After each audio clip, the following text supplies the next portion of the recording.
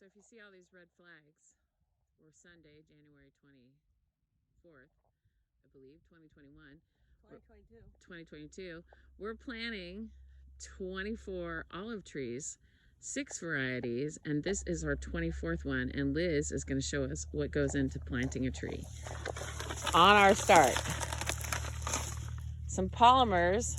If you're growing anything, especially in California, water's a premium. You throw little polymers in there, they suck up the water, they turn into little jelly cubes. So Liz, wait, what was that, Liz? That's our rock dust. It's our trace minerals.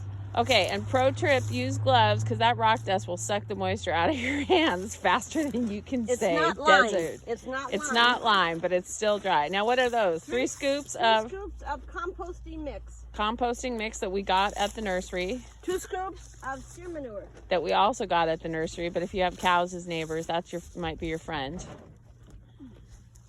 Okay, Liz is going to come back. She's going to dig it up, mix it together. Native soil mixed with the new stuff.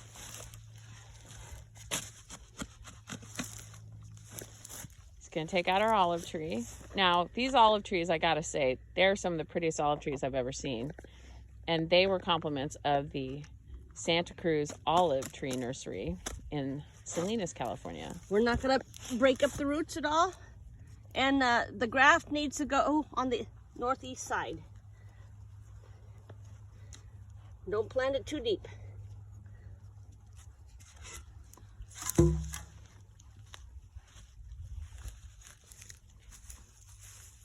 Now, since we're in California and we have a lack of water, we pick the olive trees because we're hoping that they'll grow better that way. This might be where they're happy, but we'll have to see. We're learning that some stakes work better than others. We're learning that some plants do better than others. Even though Liz has been doing this for upwards of 30 years, it's still a learning curve.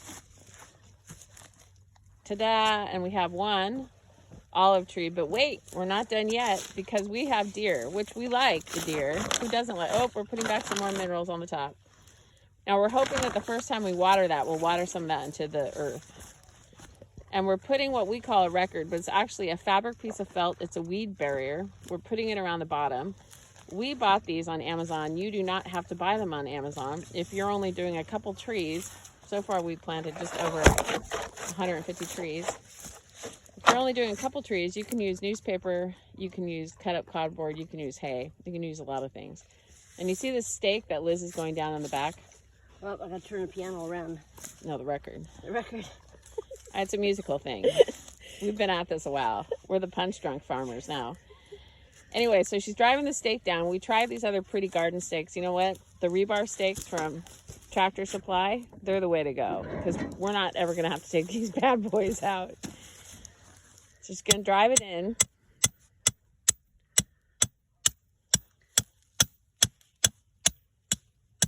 We had a rain event, or a wind event yesterday. Which broke a lot of our other tubes, in which we realized rebar might be the way to go. Okay, so the final piece is this tube that goes over our little tree and attaches to the stake. The tube. Now the tube is protecting it from, ready? Wait for it. This is like the amazing tube. Deer, protecting it from deer. Rodents. It's protecting it from rodents. Rabbits coming through the bottom. It's a little greenhouse because this morning it was 37 degrees out here. And just quite frankly, we don't think the olive trees are going to be happy in 37-degree weather, even though it's California. And then when we water it, and we have these holes at the top so it can cool off in the summer. When we water it and we water down the tube, it holds the moisture there a little longer to take to the roots and our polymers at the bottom. And that, my friends, is how you plant a tree.